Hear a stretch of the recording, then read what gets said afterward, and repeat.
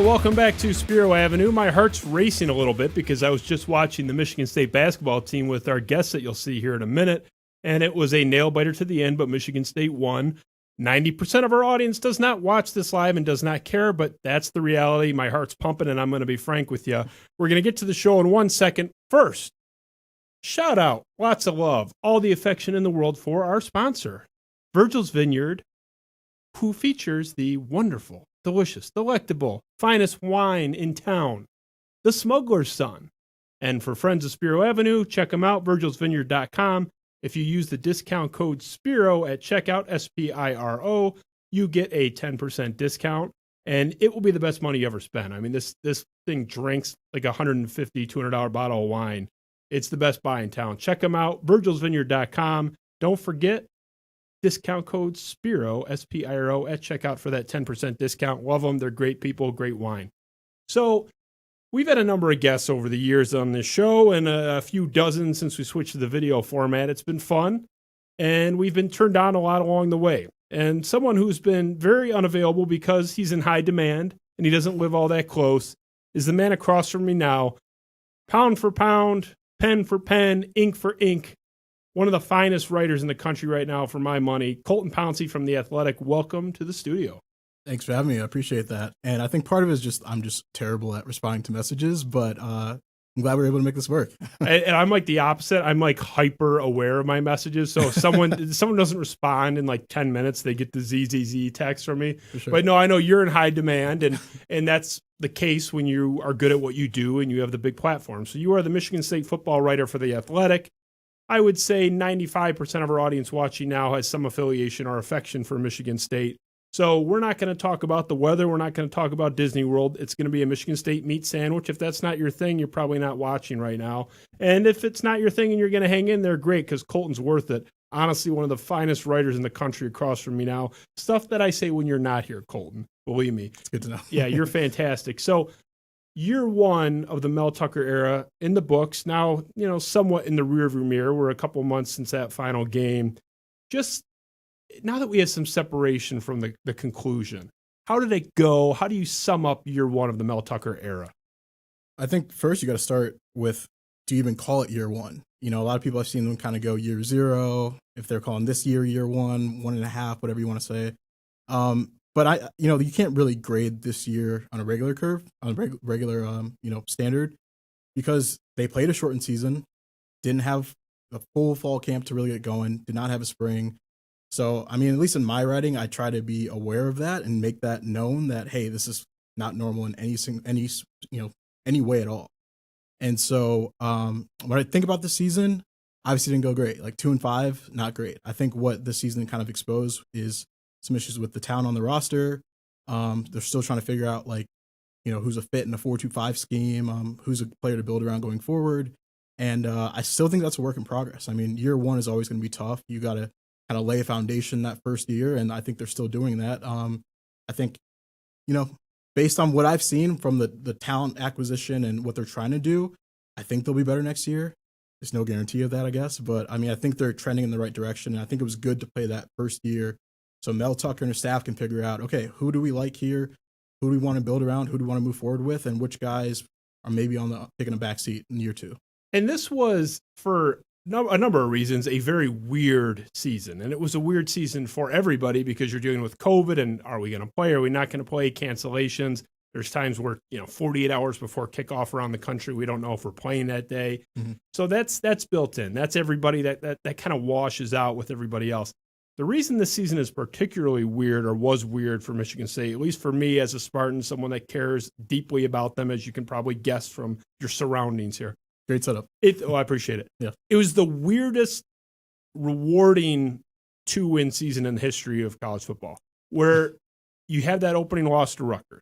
It looks like it's going to be a shit show for however many games they end up playing. 9 or whatever. Yeah. No faith. I had my friends. I feel like I have to answer for Michigan State if anything goes wrong. Like, I have a lot of Michigan fan friends, and so my phone's just blowing up about how bad the Michigan game's going to be after that first opening loss to Rutgers. And you end up getting away from the season with 2 extremely enjoyable wins, huge double-digit underdogs to Michigan, your rival, and then Northwestern. I'm wondering, to what extent do you put value on those wins? I know a lot of people are saying it's a wash. It's year zero. That's Tara Stafford, a friend of mine who's been on the show too. She refuses to call it year one. She got mad at me for even calling it year one. It's year zero. But those results are not nothing. Is that not a tangible sign, those two wins collectively, of something in its infancy maybe, but still building something here? Yeah, honestly, like, it's interesting because before the season, I wasn't sure what to make of them. I figured, and when Mel Tucker was at Colorado, he had a couple wins that probably shouldn't have gotten. I think that they kind of outperformed some games. I think they beat Arizona State in that first year, and I think there were some other games where they were competitive at least.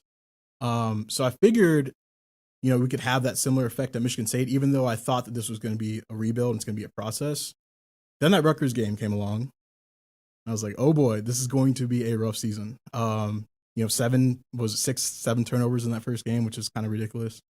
And for them to come back that next week, and I think 24-point underdogs in that next against Michigan, like, nobody expected them to win. I didn't expect them to win. And for them to come out with that sort of effort, the defensive line really controlled the line of scrimmage. I thought Antoine Simmons had one of his best games of his career against Michigan. I thought they really came to play, and Rocky Lombardi was just torching that Michigan defense over there. So that was a game where it's like, all right, what type of team is this going to be? And I know, it's still a rebuild. They still went 2-5, but the 2 wins that they did have, those wins are different than beating Rutgers. Like, would you rather have Northwestern and Michigan or like Rutgers and Maryland as your 2 wins or something like that? It's the most successful, enjoyable 2-win shitty season ever for that reason, those distinctions. Exactly. So, and I think I remember asking Mel, like, hey, is there anything does this sort of show that you're making progress? Like, I think that was after the Northwestern win. He's like, absolutely. I feel like guys are buying in. This year is all about building culture. I know that's kind of a cliche, but he really believes in that. And I think his definition of culture is, he wants to make this roster as competitive as it can be. If you don't love football, if you're not willing to sweat it out and, put your whole life into this game, he doesn't want you on the team. That's kind of his mentality. So he wants guys that embrace competition, that embrace like fighting for spots on the depth chart. And if you think that things are just going to get handed to you, that's just not how it's going to play out. So I think that's what this year was about. And if you can sprinkle in a couple of wins like Michigan, Northwestern, you got to feel pretty good about that, in my opinion. And I think it's fair to raise the expectations a little more as you go forward. But for year one, under the circumstances, I think that's pretty solid. What do you see from him in terms of the emphasis on the Michigan game? Because that was something that a lot of people felt were lacking over the years until D'Antonio shows up and it becomes sort of the bell cow for the entire program. Yep. Some people might say, almost to an embarrassing level, but I thought it was effective. Do you think that he has that? He's embracing that hatred for Michigan. Do you think he gets that? I think hate's a strong word. Like D'Antonio, I would use that word. It does not seem the same. Right. I think, but they're different dudes, they have different personalities. Tucker is very much, he's talked about neutral thinking and, not getting too high in one particular moment, not getting too low. That's what he's all about. I think he got that from Trevor Moawad. And, back when he was with Saban, that was really big at Alabama and previous stops. So he's kind of brought that to Michigan State, and that's like his big thing. So, yeah, I think you'll hear him in comments before a Michigan game and say, oh, yeah, we don't like those guys. But, I think internally he's just like, this is another game. We got to go out and beat these guys, I don't think he'll ever put the same amount of emphasis on this specific game that D'Antonio did, because D'Antonio, that was a driving force behind a lot of his best teams, a lot of his that whole mentality of, well, people are overlooking us, so why can't we win? And I think Tucker is probably doing it a different way. Doesn't mean it can't be effective. I think fans probably more appreciate the D'Antonio style of just coming out and dogging them every chance he gets and things like that. And I think it worked for him. It was a way to motivate. He was a master motivator, and I think that really worked in his specific way. Tucker's coming in; he's doing a different style. So I think I don't know if we'll ever get to that point, but he, from what I've heard, he gives these great locker room speeches and things like that. So he can fire up the team in other ways. So in terms of Michigan week, I guess we'll have to see. But hey, he got him ready to play this year. Their graphics team that he has up there are just phenomenal. I mean, and that was a big point. I was talking to Brian Masalam, MSU trustee, and I honestly can't remember if this part was on the mic or after the show, but nothing like off the record. But he was saying the big point of emphasis for them, Mel Tucker coming in, was I need a budget for graphics and social media and things Yep. like that. That was like a huge thing for him, where most guys maybe not even, that may not be on the radar, Yep. but he needed a set budget for that, and that it's been effective. Mm-hmm. So we'll get a little bit more. Just personally, I'm very into the contrast and where the program's going, but I want to really quick say, you're a writer for The Athletic. We're doing a fun little promotion for you guys because I've been an early supporter of The Athletic. Awesome. So I've been talking to James L. Edwards III, who's a friend of yours, friend of mine, talking about I want to get, Max Boltman, great Red Wings writer. I want to get you guys out there even more. Not that you need my help, but we are doing a fun little promotion for this show and any show going forward where someone from The Athletic joins us. So we are giving away 2, not 1, but 2 annual subscriptions to The Athletic. You guys make it very easy to give subscriptions. So we're giving away 2, and you can enter by sharing this episode on Facebook. It doesn't have to be live. It can be after the fact. So if you're listening to this after the fact, no problem. You can share us on Facebook or retweet the live feed on my Twitter feed at Darko State News. If you retweet it, or share it on Facebook, either one, both will love you even more. You will be entered, and we will pick 2 winners to receive an annual subscription to The Athletic by before the end of this week. It's phenomenal. You guys are phenomenal. That's what's phenomenal. And the good thing with you guys, a lot of people don't realize that you get the whole package with that subscription. It's not just Detroit. Absolutely. So, yeah, we'd appreciate you share this, retweet the Periscope link, or share the Facebook Live, whatever you do. That will get you in, and we will pick those 2 winners before the end of this week. So appreciate your support and appreciate The Athletic, who you guys do a bang-up job. So let's get into this Mel Tucker D'Antonio thing a little bit more. Yep. We talked a little bit about a downgrading in intensity, that Mark D'Antonio was so intense, steam coming out of the ears. I had people up there telling me that they think that's why he kind of burned out when he did. You just can't maintain that level of intensity for 20 years. It's just, he just burned out. So how are things different now in the program? You touched on it a little bit, the Trevor Moawad, neutral thinking, don't get too high, too low. You covered a little bit of the D'Antonio era at the tail end. You weren't there for the heyday, but you saw it. What are the contrasts that you're seeing? Is there anything other than just sort of this more chill attitude up there? The funny thing is, I don't even know if I would describe Mel as chill. I think in terms of how he might approach rivalry games, he said, this is a big game for us, and I believe him when he says that, but at the same time, he wants to win every game, so I don't know how much more stock he puts into one than the other. But what I've heard, in terms of intensity, that dude was in your ear in practice. He's in your face. He's got a whistle ready to blow at any point. That's kind of how he is in practice. And, I think towards maybe the tail end of D'Antonio's career, he had kind of fallen off a little bit in that regard, at least in practice and things like that. And that's something players said when we got to talk to him this year, just saying, yeah, Mel is really intense. He's really in your face. He gets on us for every little detail, and he's all about that. And I think that's something he got from Saban. Saban is very detailed, process-oriented, all that stuff. And I think Mel is cut from the same cloth in a way. So I think for him, especially in year 1, he's going to hammer home the detail to make sure that what he's all about. Because I think part of it is building his own culture, but also seeing who wants to fit into that and who responds well to that. They're evaluating every single thing that happens, from your nutrition, how you take care of your body, your strength and conditioning results. They monitor everything about individual players in this program. So again, a big part is figuring out who I want to build around, who I want on the roster next year, who's going to be a player that we like to keep on, and maybe who we've seen a lot of movement in the transfer portal, right? So maybe who isn't exactly a good fit. And it's tough to say because D'Antonio was a guy who probably kept some players a little bit too long, was giving out extra years when he could and things like that to guys that probably, could have just finished up their career and things like that. And I think that's his loyalty that went on to his coaching staff as well, which kind of, I think maybe hurt him down the stretch there. But Tucker is very much a results guy, and he wants to see you, produce as soon as possible. Otherwise, he's going to look for someone else that can. And you mentioned it. There is a 12-car pileup in the transfer portal out of town. And I know it's a case-by-case basis, and it differs. Sometimes, they're maybe being pushed out through just a diminishing role. Other times it may be something, look, I just don't like this coaching staff. Do you get the sense that it's Mel Tucker choosing to diminish guys in their role and they're leaving just because they want to play? Or are there guys that would play but they just don't like them for whatever reason?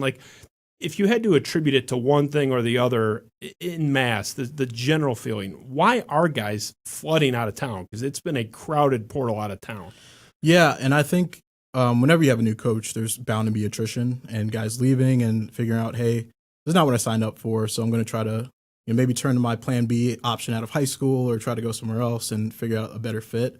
I think with this specific situation, Mel is very much a guy who wants the players that he wants. And that's not to say he'll push kids out, but he's also very honest with guys. He'll be like, hey, I don't know if you have a rule here going forward. You can battle it out, stay, figure that out. But I think he's probably had some conversations like that. And I think that's why you have seen a lot of guys leave after the season. I think the other part, though, is because there was no spring football. Spring football is always a time where you see guys leave. I think Michigan State had maybe 3 or 4 guys even, the year before with D'Antonio leave after spring football.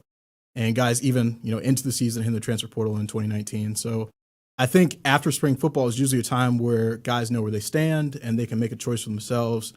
Hey, maybe this isn't a good fit for me. And because we didn't have that, I think maybe if there were 4 or 5 or 6 guys that would have left in the spring, they wanted to play out the season, figured out, hey, maybe I'm lower on the depth chart than I wanted to be. I don't know my role here going forward. I don't know if I'm a piece they want to build around. Let me look at my other options. And I think with the NCAA this year and guys being able to leave and go where they want with pretty much immediate eligibility right now, it's like, why not? And so I think it's a combination of some things where, guys are probably figuring out later rather than sooner where they stand with the team, and also a lot more flexibility with the transfer portal. So that's an interesting take, and I appreciate it because I honestly didn't know where it landed, because the natural inclination for rival fan bases, which I get it because everyone does it, is to say, look, guys are fleeing this program. They hate this guy. Yeah. Your general take, again, there might be some exceptions. It's a long list of players. But your general feeling is that it's more Mel Tucker initiated. Not that he's pushing him out, but it's been initiated where, look, you're probably not going to have a prominent role here. And then they left more so than Mel's dying for these guys to stay, right, and he's fleeing town. So that's a key distinction. Yeah. And you talked a little bit about what kind of guy he's going for. And you said that he's very open about that. And this is what we're going to pull this quote. This has been something I've brought up a couple times on this show, and it really frames the whole thing. And I know you know a thing or two about size of recruits. You get teased out of constantly. So this is Mel Tucker. This was actually right before he got to Michigan State, but he said things similar along the way in East Lansing. Quote, I don't even want them on my recruiting board unless they have size. Like, we're not even going to recruit them, because if you make an exception, you're going to have a team full of exceptions. There might be a kid that's 6 feet, 245 pounds at defensive end that wants to come, and he might be a good player, but at the end of the day, you end up playing against Georgia or Alabama, and that kid will have a hard time holding up, end quote. That's Mel Tucker on his recruiting strategy. So he has a model. He wants size. He almost never wants to deviate from that. And that is, speaking of deviations, a pretty big deviation from Mark D'Antonio, where you had guys of all shapes and sizes and speeds and, just every type of body at every type of position. It felt like we had everything but a fat quarterback. And that's a big deviation. The thing that I've taken from that quote, obviously, you can say, okay, he wants big guys. He wants the maul guys. That's what he wants to do. That's the takeaway everyone has. But my bigger takeaway was invoking Alabama, invoking Georgia. He's saying, I'm watching the college football playoff and I'm looking at these smaller guys get pushed around if they even get that far. Washington squeaks in and gets blasted. This is sort of setting a different tone where he's not recruiting to win the Big Ten. He's recruiting to get to the big stage and actually be competitive when he gets there. Do you think this is crazy? Am I reading that wrong? It seems to be where he's going with it. No, I think you're absolutely right. And when you've coached at places like Alabama and Georgia, like, he's not just saying that to say it. He knows what it takes because he's been at those places, right? Yes. Won a national championship on Nick Saban's staff in 2015, that team that beat MSU in the playoff.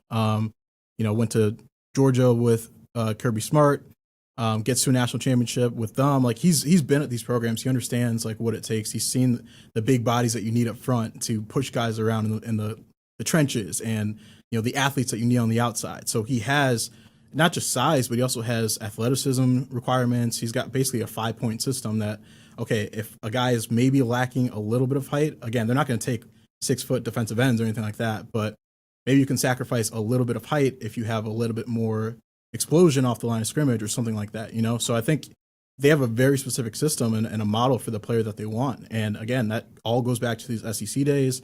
And I think when you're talking about going beyond the Big Ten, I mean, again, he's a big picture thinker. So he could see Michigan State as a sleeping giant. We got to the college football playoff in 2015. Who's to say we can't get back, right?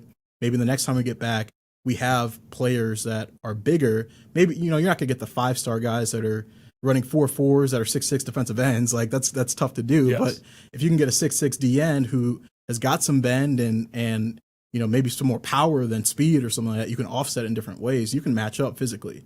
And that's what you need against those teams. Otherwise, you're going to get blown out of the water like we saw 5-6 years ago. So I think that's his mindset when it comes to recruiting. And obviously, recruiting is what he's all about. He's been doing it for so long. Like that's kind of like his bread and butter at this point. So I think when you hear him talk about recruiting, you see his eyes light up. You see like he has a clear preference and he's not going to deviate from that because he knows what he wants and he thinks that's the blueprint to get back to where MSU was a couple years ago. I think it's fascinating because when Mark D'Antonio was hired in 2007, he talked openly about winning the Big Ten and getting to the Rose Bowl, which it's easy to forget now. At the time, that seemed a little crazy. Michigan State was down for 15, longer than that, almost 20 years they were down. Hadn't been in a long time to Pasadena. It almost seemed crazy. Michigan State's going to go toe for toe with Michigan at the time. Hindsight's 2020. But even as good as that Mark D'Antonio era was, and even though they got to the college football playoff, that was never discussed. It was always, at least not that I'm aware of, it was always win the Big Ten. We want to go to the Rose Bowl. That was the holy grail. Win your rivalry games, win the Big Ten. College football playoff, I don't want to say it was incidental, but it wasn't even like on the radar. It happened. It was wonderful to get there. It's an incredible accomplishment. I think it's interesting that the target has moved, where you don't hear Mel Tucker really talking about winning the Big Ten or going to the Rose Bowl, although I'm sure he would enjoy it very much. But they are going for national title contention. It seems crazy. I thought they were crazy when they were talking about going to the Rose Bowl 13 years ago. So it's a bigger step. You agree that seems to be the goal. Do you think it's a reasonable goal? Maybe, it's hard to pick anybody but Bama to win the national title or Clemson. But is it reasonable that they can get back to that Final Four? And we'll talk about possible expansion later. But back to that Final Four and be competitive against Bama. Do you think that's even semi-realistic? Not saying you're predicting it. Yeah. Semi-realistic. I can't buy it, and I want to. Yeah. I mean, in terms of what he's thinking, what Mel's thinking, he absolutely thinks it's possible. You're skeptical. I'm probably a little bit more skeptical just naturally. I'm with you. I'm with you. I mean, but again, like he's been there, so I think maybe he's got this drive to where, yeah, we can do this. Like, why not? Like, why not us? Again, for some of us that have watched Michigan State over the years, it's kind of like, well, you can get there. We've seen them get there. Can you match up once you get there? That's the thing. And I think we're talking about going beyond Big Ten championships. I think part of it is like implied, like in order to get to the playoff, you gotta, if you're Michigan State, you gotta win the Big Ten. You gotta maybe go 11-1, 12-1. Yeah, that's goal one for sure. So I think part of that is implied if you do want to get to the playoff. But I think again, the whole recruiting mindset is once we get there, like he's looking beyond that, and I think you can throw Ohio State in there as well. Like if you want to beat Ohio State, I was on the field in 2019 after Michigan State and Ohio State played. I'm standing next to Chase Young. I'm like, this dude is big as hell. He's 6'6", like runs a 4.4. Like these dudes are like growing on trees at the school, and Michigan State and other guys in the Big Ten like just aren't getting those types of dudes. So if you can add a guy that's 6'6" or 6'5" and has some size, maybe again, you're not going to get the total package like the Alabamas and the Ohio States of the world, but he's thinking long term. Like we want to get these guys in, develop them. We trust our coaching to coach those guys up. Ron Burton is one of the best defensive line coaches in the country. Yes. So if you can get a kid with the frame in his hands, the idea is he'll develop them. And I think that's why he handpicked his staff the way he did. And I think he trusts his recruiting and his evaluation and the guys that they're bringing in to maybe get there. It's not going to be right away. It's not going to be overnight. Ohio State looks like it's not going anywhere for the foreseeable future. But maybe once they get this thing rolling, you get to consistently 8-9 wins, 9-10 wins, and then maybe you go from there. I'll tell you, I'm enjoying the hell out of the breath of fresh air that he's bringing, and in a number of ways. But the social media stuff, like you can be a curmudgeon. Tom Izzo hates it. Mark D'Antonio was technically on there. I don't think he was actually like sitting on his iPhone tweeting anything. I don't think so either. So you agree? Very packaged. Just, hey, go green, Spartans will, victory for MSU, hashtag. Like, even if he is doing it, it was pretty hollow, pretty cookie cutter. Mel Tucker's smoking a cigar that went viral. He's doing his what shoes he's wearing, what Nikes. Sneaker Saturday. Yeah, it's Sneaker Saturday, and that stuff. It's fun, and we still have one of the biggest curmudgeon coaches in college athletics in Tom Izzo, whom I love. Not a knock on him, but it's just a fact. He openly hates Twitter. Can you imagine if he ever did make a Twitter? He never will. I don't even know what it would look like. Like, what would he do? I would love to see him actually controlling his own Twitter and just like tweeting his thoughts about how much he hates Twitter. It would be, you're right. Just he's on Twitter to bomb Twitter. Yeah. Well, that'd be interesting. Just his unfiltered thoughts would be fascinating. Yeah. But yeah, that's something I think we all miss. Like, we're all missing out on Tom Izzo not having a Twitter account. Look, some people think it's silly and it's superfluous and it doesn't really matter. I disagree. I'm curious where you stand on it because, look, like, I'm a stiff, lame white dude in his mid-30s and just I'm about as lame as they come. And I'm eating that shit up. Young recruits have to like that stuff, right? You cover the scene. That stuff actually does matter, right? It's not just fun for me sitting in my basement. It sounds maybe a little bit shallow, but a key part of recruiting is showing interest. And especially in a year like this and last year where you can't go out in person and you can't bring them to campus and you can't show off your facilities, you gotta pivot and kind of go from there. And I think what they did last year, Mel Tucker really came in and just kind of let them do what they wanted to do. And you mentioned like a budget and everything. Like, they have a huge staff now with recruiting and the graphics and creative directing and video and all that stuff. Derek Markle coming in leading that team from Colorado. Like, I've talked to all those dudes and they just love the freedom that they have. Like, Derek's told me, I've been up at 3 a.m., had an idea, and just started working on it and had it ready like the next day. Other times, like a Michigan State assistant coach will say, hey, can you make this? We have a Louisiana recruit. He loves this rapper. Can you, make a graphic with him on like an album cover? So they're going tailor made. Yeah. See, I didn't even know that. Yeah. It's a lot of it is, I think they had a NCAA, like the video game, when that was announced that was coming back, with a new graphic that they put out, I think last week, just kind of taking the player's number, a specific recruit that they're going after, and then sending out those with like their faces and everything on there. I think that was pretty cool. Like, seeing you're 16, 17 years old, seeing yourself on a video game cover, like, that's awesome. Yeah, you're going to eat that up. Yeah, and they do that, and a lot of it is, personalized. I think when they're allowed to contact 2022 recruits without some restrictions, and I think it was September 1st, like, they were sending out like these graphics with like handwritten notes with like the coach's handwriting and everything. And like, that's the stuff that they notice. Those prospects, those recruits, they love that stuff. It shows them that you want them, that you're they're a top priority for your program, along with the traditional things like calling them and telling them, hey, this is how I see you fitting into my program. Like, you kind of need to do it all in the year 2020, 2021. I think with D'Antonio, one thing I learned from talking to people that had been around him in previous years is that he kept things more internal. So like, it's not that they weren't making those graphics. It's just that the graphics and the videos were being put out for big games as motivation, because, D'Antonio wasn't like a master, speech giver at halftime, or, he's probably had his moments, but I don't think that's what he was exactly known for.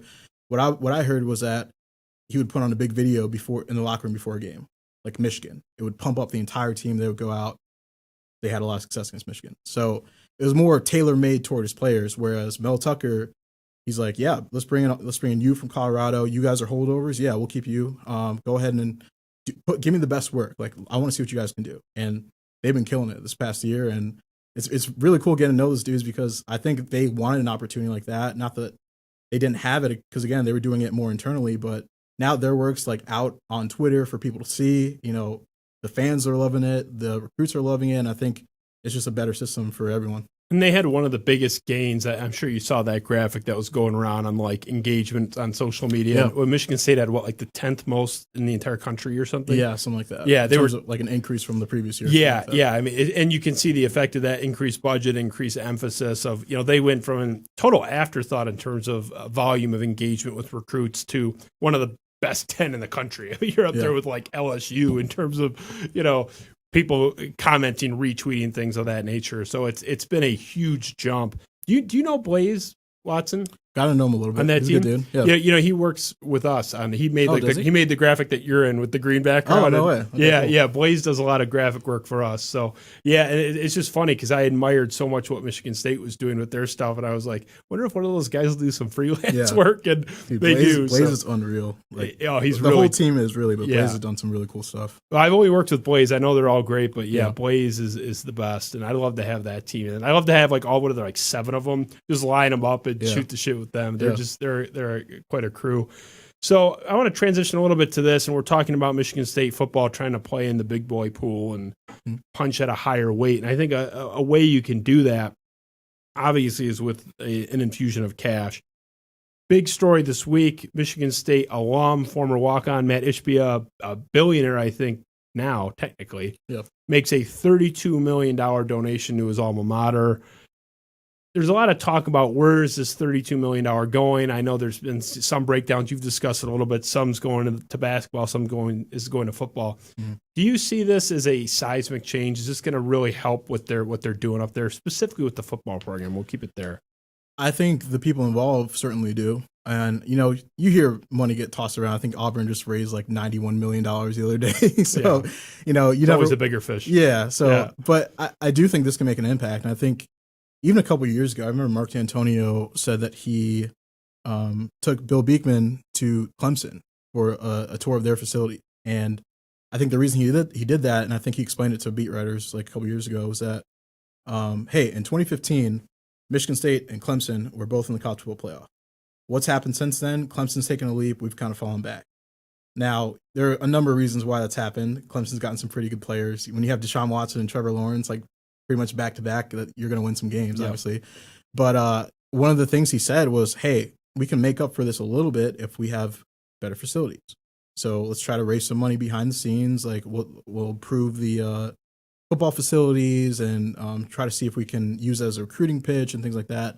So I think he was kind of on top of this years ago, and that was probably a passion project for him down the stretch in his career. And even if he knew that he wouldn't be around and really see the benefits of that, I think that was something that was important to him, enough to where he would fly Beekman out to Clemson and take that tour with Dabo and those guys down there. So again, I think looking now and to see a $32 million donation, $20 million of that is going to Michigan State football. You've got a head coach in Mel Tucker who values recruiting, will use literally anything as a recruiting tool, recruiting pitch. So when we talked to him on Friday, he was like, yeah, I've already used this in conversations with recruits. Like, absolutely, this is going to be a selling point for us. We're going to have a facility that will rival the top ones in the country. And it's not like the Scandalaris building is like that old. I think that was like 2007 project or something like that. But I mean, if you can upgrade some of those things, like they're getting a new weight room, new nutrition center, like Mel is big in nutrition. I think he sees that as like a future key element in terms of individual body shaping. And, you know, a guy comes into overweight, you can give him a personalized approach to get that down, get the bad weight down, and build back up with muscle. And I think he sees that as a huge part. And when you have $20 million to kind of play with, why wouldn't you use that as a selling point? I do think it's funny that they're calling the new football building the Tom Izzo football building. It's like, hey man, he loves football, you know. I know he's a football fan, but it's just odd. It's like, you know, if you build a new hockey rink and you call it the Mark D'Antonio Arena or something, it's a little odd. But you know, who's going to complain about whatever Matt wants to do with the $32 million? You donate $32 million, I think you can do whatever you want. So that was my only. I said not even to call it a qualm. It was funny. Yeah. But there have been some people that look. No offense if you're in this basket of people, but I just, there's always a wet blanket. And the wet blanket's already out saying, what about volleyball? What about the swimming team? They got rid of swimming. Why don't you donate to them? I think it's ridiculous because those programs were never sustaining on anything other than the backs of the football and basketball program. They were never this revenue sport. They were always surviving on the backs of these two programs anyway. Do you buy any of that stuff? That shame on Matt for not allocating some funds to ping pong? I mean, I'm not going to tell a man how to spend his money, especially if he's given $32 million. That's just people are complaining about everything. Yeah, and what people don't understand is like this money is all at the discretion of the people that are distributing this behind the scenes. Like Matt has talked to Beekman for months and however long their first conversation started, and you know, I think Bill came out pretty clearly and was like, I mean, our decision remains. Like, we're sorry, guys. We're kind of moving on from that. So it's really unfortunate. You feel for the swimmers. It's swimmer awful. divers, obviously. Like, you got to be heartless not to feel for those kids. But Yeah. I mean, he's kind of made it clear, and it's like I don't see that changing, and that it's really unfortunate. But I think that's just the way it is at this point. It's a shame at a place like Michigan State with, just all the resources they do have. But, it's a casualty, and it's not exclusive to Michigan State. It just, I hate to say it, but that's where a lot of programs have landed, in the recycle bin at best. And it's just a bummer, but that's what it is. Yeah, everyone complains about everything. Like Jeff Okudah was in the news, the Lions cornerback, for donating $1,000 to the victim of Andy Reid's son's alleged DUI. And he was getting shit. The comments, people were emailing Kyle Meinke, the beat writer for MLive, saying it's only 0.05% of his annual salary, or whatever it is. And it's like not going to donate his whole salary. It's like me donating $20. It's like the guy donated $1,000. What did you donate? It's like everything's bad and everyone sucks. But anyway, I'm happy to have it, and I think you need that type of cash infusion to be competitive. And I didn't know the part about football, but I'm with their training and nutrition emphasis, I think that's a good thing. I know a lot of can't speak for where it's at now. My buddy played for the Michigan hockey team, and he used to hang out with a lot of the football players. This was like 2005. Mm-hmm. They would have like Big Macs every day. It was like, their team meal was like sliders and shit. It's like, I always thought that was weird. It's like you're giving them fried food, like they're having like McGriddles on game day for their meal and stuff. It's just bizarre. That was a while ago, though. You probably won't see that much these days. Yeah, well, good. Mel Tucker needs to get rid of it if it's not already gone. So football is your bread and butter. That's what you do. You occasionally dip your toe into the basketball pond, and I know Brendan Quinn up there is, we were saying before the show, maybe the best sports writer in the whole country. Yep. But occasionally, when he's writing one of his 75,000 word exposés on God knows what, you do dive in. I want to touch very briefly on Michigan State basketball. Good win tonight. Very excited about the 2-game winning streak. It's a huge deal for this year. But what do you make of their struggles? I mean, what do you think of them? Yeah, I mean, I think before the year, obviously, when you lose a guy like Cassius Winston and Xavier Tillman, for that matter, like, you kind of wonder, okay, what do we have coming back? And, to me, it's like they have good individual pieces, but it's like, can they all fit together to form a competent team? And that was kind of my question before the season. Obviously, it's played out, and the question that probably right now, the answer is probably no. Like, they've been struggling, kind of bounce back here, but at this point, probably on the outside looking into the tournament, they've got some work to do with this final stretch coming up. I know Izzo has kind of rallied the troops late in the season. That's kind of his whole thing. Even before I got to Michigan State, like, that's something I knew as an outsider. Peak at the right time. Yeah. They may have waited like a week too long. Right. But we'll see. January, February Izzo thing. Yeah. Like, I don't know if that's going to happen this year. They waited a week too long to turn on the Jets. Yeah. So right now it's like they're kind of treading water until they can kind of get things on the right track. And I don't know if they will. They're running out of time quickly. They've got a tight packed schedule because they were off for so long. And I don't know. It's kind of tough right now. I think they're probably on the outside looking in at this point, but I guess they have a chance. They got some games coming up. I mean, a mediocre Penn State team. If you're trying to be an optimist here, like, I know. I'm with you. I want to be there, but a mediocre Penn State team. It's not an impressive win. Not an impressive win, and they had 2 looks at the basket. One of them a great look to win. Honestly, that was an absolutely great look. Yeah, the first 3-point miss, the guy was just wide open. Yeah. It was a great play out of the timeout, and it's like, obviously, if your aunt has balls, it'd be your uncle, but like, it's not like an impressive win if you're looking for a harbinger of things to come. It's just a fatally flawed team. I'm looking more towards next year, and we'll finish on Michigan State basketball with this. I'm curious, do you think that Emoni Bates actually shows up in East Lansing next year? He's a transcendent. Some say the best since LeBron, which we've heard like 12 times since LeBron was in high school at St. Vincent St. Mary's. Do you think he actually shows up? He's a commit, technically. Yeah, see, that's really tough because even when he committed, I think everyone was caught off guard. Like, wait, really? He just committed? I mean, if he was going to go to college, Michigan State was like one of the few schools that were still recurring him. Yeah, no one even thought they had a chance. Thought they had a shot. Yeah, exactly. I also don't know how the whole eligibility thing shakes out. Like how, like, if he does play in college, would he have to play 2? Like, could he leave for the G League? Or, I don't know. There's some questions there if he just wants to go pro or something. Like, he's got some options. So I would say maybe 50-50 at this point. Yeah, I would be surprised if he shows up. But I'm like 80-20 that he's not. I'll be pleasantly surprised. But I was just curious for your thoughts on that. It's whatever it is. So I'll pivot off Michigan State. Before we get to the speed round, I want to back into the football sandbox, but on a national level, more wider ranging topic. I always try to keep an open mind on things. And my wife calls me stubborn, but I really don't think I am about sports stuff. I've changed my mind on a number of things. And something I used to be a hardliner on was 4 teams in the college football playoff. I did not want 8. I didn't want 6 with a bye. I didn't want any of that stuff. I'm starting to get away from that a little bit. I'm not completely off it, but I'm starting to see the merits of an 8-team playoff finally. I think it's getting a little stale seeing Clemson, Alabama, Ohio State, LSU cycles, and it's the same 5 or 6 teams for those 4 spots over and over again. Yeah.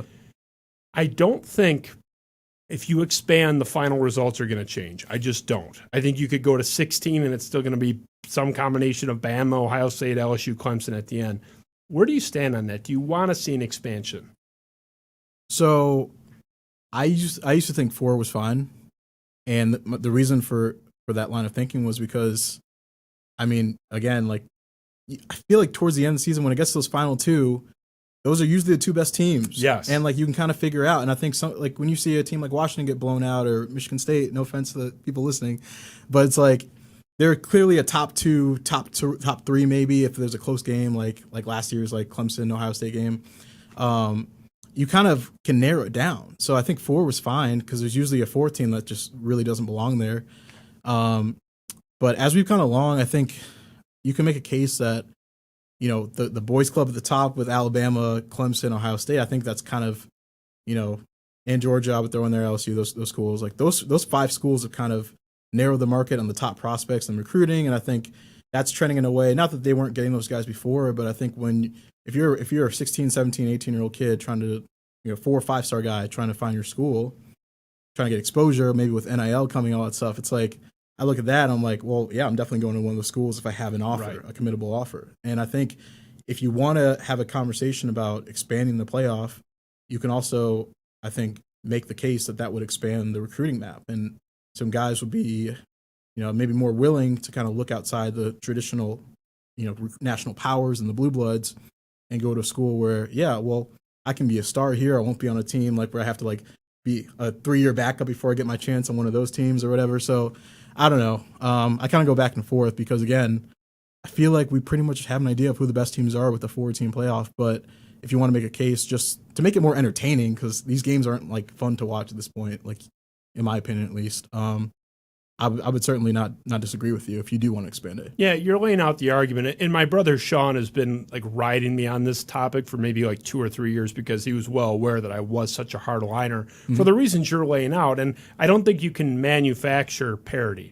I think those same 5 or 6 teams are going to be sharing those 4 spots. And if it goes to 8, they'll still be in that Final Four after they bomb Washington or, bomb Northwestern. Can you imagine an 8-seed Northwestern against Bama? I'm sorry. I love Cinderella stories. That's going to be a disaster. So I think the whole entertainment angle is overrated. Those games at 8-1, the 7-2, most of the time is going to be a blowout. And I think that's what we're going to see. We're already having a problem with Notre Dame getting in this Final Four. We're seeing too many blowouts anyway. Well, the conversation this year for that 4th spot, Texas A&M, Notre Dame, it's okay, who lost by 30 points or who lost by 28? It's okay, we can't find 4 good ones now. Yeah, so that's I understand the point. That. Yeah, so it's if we're sitting here trying to put lipstick on the Notre Dame Texas A&M pig at the 4 seed, now we're going to add 4 more? How many times I get the move to 4. The move to 4 was good because you had cases like Auburn, the Cadillac Williams, Ronnie Brown team that didn't get to go to the dance that was extremely a great team that really probably should have been there. But you rarely see a team get screwed because they were the 5th seed and they should have been one of the best 2 teams or whatever. It's you expanded it far enough, but the argument, and you made it, it's my brother's point, and I get it, is from an exposure standpoint, look, if I don't go to one of those schools right now, I have almost no chance to go to the college football playoff. Maybe once every 5 years on Michigan State gets in. Yep. Whereas if you go to 8 now, like, I mean, Nebraska's down now, but if they ever get back, like a Nebraska, Wisconsin, even like a Michigan, that starts to look more appealing. And it maybe levels it out a little bit in recruiting. That's the argument for it. So I'm kind of with you. I'm like, I'm not convinced. But the fact that I've moved off a hardline stance at all, I guess, is my brother would call it progress. I mean, whatever. I don't know if it's progress or not. It's certainly a change. But so that's that. So we are going to finish here. I know you watch every show. You've never missed a one. So you don't need me to explain what the speed round is, but we're going to get to it. So speed round is similar to word association, but not quite. You give me, I don't know, 1, 2, 3, maybe 4 sentences tops. We're going to throw some stuff at you. You're not going to give me a Brendan Quinn 75,000 word response, but more than 3 words too. So we'll start here. We'll rip through them. This is curious for me. I don't know where it's going to land. I have no idea. The first coach to leave Michigan State, Tom Izzo or Mel Tucker? Who's gone first? 1 year retirement, man. 1 year a job with the SEC if he has any success at all. Yeah, potentially. I don't know. If Izzo wins a championship the next few years, do you think he would ride off to the sunset?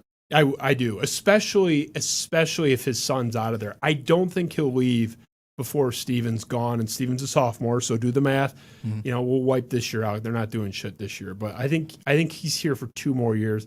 I think he retires regardless after his son's gone. It's not inside information, but so if that's your argument, which it's mine, now you're saying, okay, does Mel Tucker have enough success that he gets an enticing job offer at Georgia or wherever in a couple years? But I don't know. If I had to say, I would guess Izzo's gone first. I would agree. Yeah. Okay, so you agree. Yeah. Okay.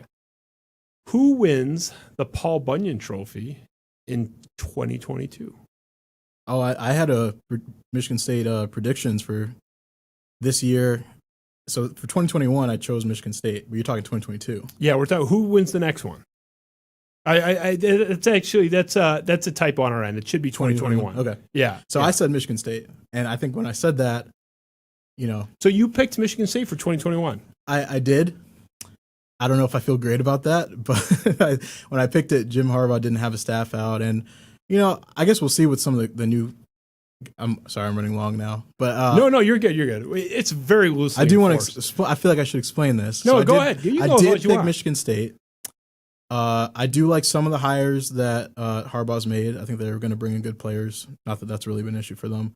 But my thought process was, okay, Michigan State beat them in year 1 with a bad roster, in my opinion. That was their second game of the Mel Tucker era. An objectively bad roster, not your opinion. Yeah. Sorry. Go ahead. So I figured, I think they'll probably be better next year. And I'm seeing what he's doing with these transfers and getting guys from the portal and going after the players he wants. So why not? Why not win 2 years in a row? So it's certainly not it's not an insane prediction. I think if you had the look ahead line in Vegas right now, I think Michigan would probably be favored, but who knows? So this is your speed round, not mine. Speaking of Michigan, we haven't talked much about him. The Jim Harbaugh contract extension, I think it's one of the weirdest things I've ever seen, the whole way it played out. It's odd to me. What did you make of that?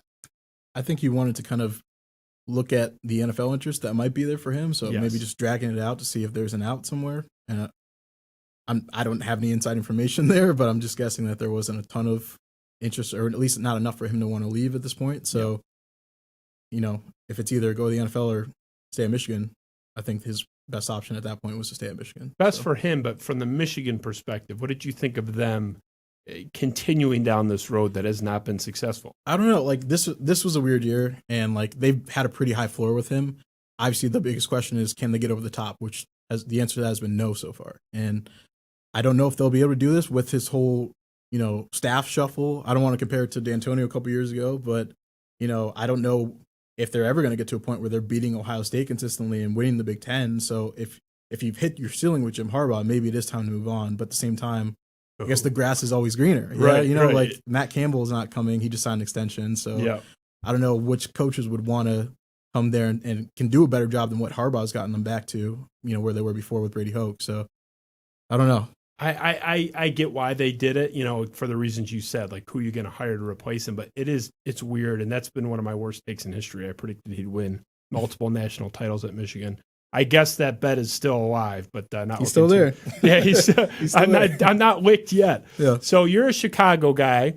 You're born and raised in Chicago, right? Is my research team born accurate? in Chicago? Grew up out in Aurora. And okay. Parents are back in Chicago. So you're a Chicago guy through and through. I lived there for 4 years, so cool. I lived in River North. Love Chicago. Hate their pizza though. Thoughts on Chicago style pizza?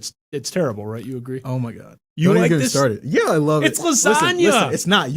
Oh, that's a James Edwards take right there. He's right. He's smart. Yeah, let him know. He does that to troll me, and I hate it so much. I'm not trolling you. It's terrible. It's not terrible. Look how disgusting. That looks beautiful. What are you talking about? That picture is a beautiful slice. That is so gross. See, here's the thing. Like, deep dish is like if you're in Chicago, it's tourist pizza. Like, you get it if you live out of town, you're visiting, or you've never been to Chicago. Chicagoans eat tavern style, like thin crust, squares. Like, that's real Chicago pizza. So I get people want to call Chicago deep dish lasagna and all that stuff. I still love it. I think it's delicious. Oh, I still get it when I go home. But man, I don't appreciate Chicago pizza slander, and James Edwards knows that probably better than anyone else. Hey, slander, it's not slander if it's true, man. It is so bad. Right. But I love everything else about Chicago. I got a picture of my Chicago map here from when I lived there 4 years ago on the studio wall. Nothing but love for Chicago, but my God, that pizza's gross. So anyway, it's your round, not mine. I keep hijacking your turn here. So moving back into the Michigan State basket, this is interesting. I think I know where I stand, but I care more about what you think.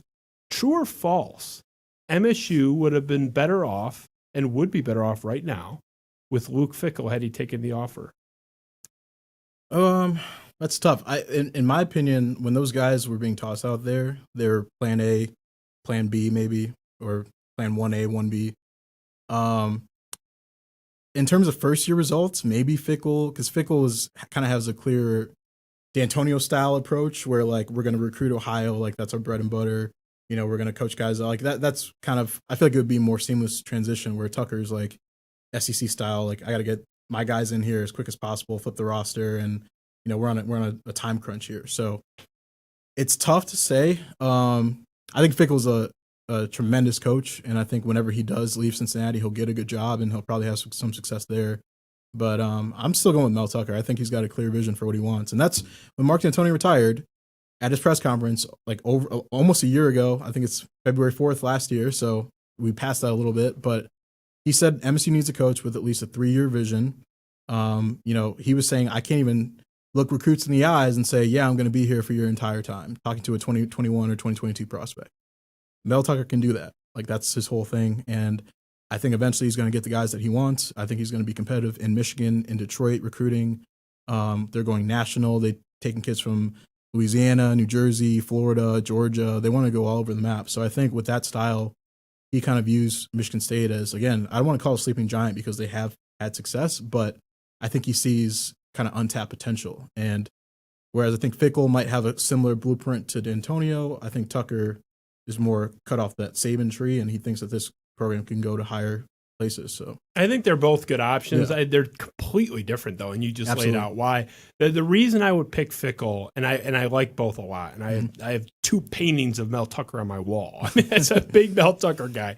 The reason I would pick Fickell is I actually have seen his team that he has led and that he built win double-digit games in a season. Yeah, I haven't seen Mel Tucker be even approaching 500 in his career so far. So it's for lack of opportunity. It's not like he had some roster that should have been great. So it's not like a demark, like a demerit on him. Yeah. But it's more of just an incomplete. Whereas Fickell, I've seen it. He's got a track record. Right. Fickell. Yeah. And that's so it's not like against Mel Tucker, but it's just if you had to pick, I'd rather pick the guy that I've seen do it. Certainly So that's that, but you can't go wrong. Yeah. That's why it's a tough question. MSU's neon jerseys. I hate these. You're a neon guy though. You've got tons of neon in your studio. What are you talking about? I'm a traditionalist with jerseys though. I like throwbacks, but this looks like somebody threw up on something and put it on some cloth and told them to go wear it. You actually like this stuff? Because my theory is that your public take on this is kind of a bit to troll people. You actually I'll never tell. But let's out yourself right now. Is that you actually like that? I mean, for those that are just listening, and we have the picture of the football. It's so bad. Listen, the worst part about that jersey is the giant state across the chest. Yes, I agree. It doesn't with even that. fit on the jersey. I agree with that. There's the John Mulaney bit where you write "Happy Birthday" and you run out of letters because you write it too big. Yeah, right, that's what that is right there, right? Right.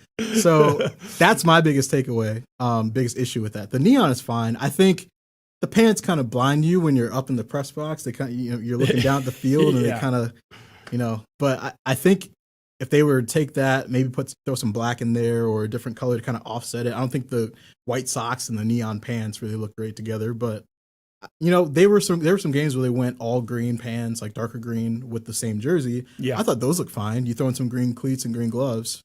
It's not terrible. Again, the state thing is what throws me off. And that's what I'm really talking about. Look, I don't love the neon in any version of it. The Michigan State, like all lime neon things were so ugly, but like the black and neons were actually kind of cool. Mm-hmm. But their choice in neon, that stupid state across the chest. Yeah. It's just egregious. It's so ugly. Very much For our audio listeners, just Google Michigan State football neon jerseys and try not to operate heavy machinery because you might throw up and hurt yourself or somebody else. It's so bad. And I love Michigan State, but come on, that's like fire whoever came out. Again, hey, recruits love it. They love that. They like it. It's something different. These are 17-year-old kids that grew up. They were born like 2004. Come on, man. That's so bad, though. Whatever. Okay. Whatever. That's that. Man, Chicago pizza slander, neon slander. I know, and I love you, but we have to be honest here. And I blew plenty of smoke up your ass. That's fair. We'll finish here. You're MSU athlete, road trip companion. You've covered the team for a few years. Just as a guy, you're driving cross country with somebody. Let's finish on this. Who's just been the best guy? Who you rolling with on a road trip? Kenny Wilkes. Kenny Wilkes. Yeah. Why? That dude's hilarious. He's a funny guy. He's one of my favorite. Him and Antoine Simmons are probably my favorite two players to interview. I love Simmons. Simmons is a great. He's a interview. great quote. Yeah. Yeah. He was a guy that you could tell, like even as a junior, that he was going to take over and be that voice for the team. Kenny's just such an oddball. Like he's telling stories about like fighting bats in the attic at Big Ten Media Days and all this weird stuff. Like. I don't know. I think Kenny's hilarious, and we have a pretty good relationship. So I would probably pick him to go on a road trip with. Oh, good deal. Yeah, I've never met Kenny or really heard anything about him, so that's interesting. So yeah, mine would probably be Darian Harris. He's obviously a very former athlete at this point, but he's been in studio twice now, actually. But great guy. He's going to be a father. Congrats to him. Yeah, wonderful. Congrats to Darian Harris, and he's honestly one of the nicest guys. Former Michigan State captain, linebacker, was on that college football playoff team, the Rose Bowl team. Just salt of the earth guy. I'd love to have him back too. He's got an official role up there again. Yeah. But man, you did a great job. A wonderful job by you today. Appreciate it. So I finally wore you down. Let me ask you. 6 months, a year from now, are you down to come back? Yeah, let's do it.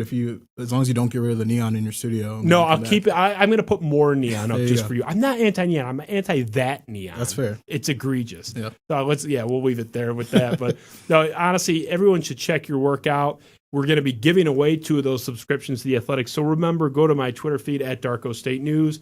It's a Periscope feed.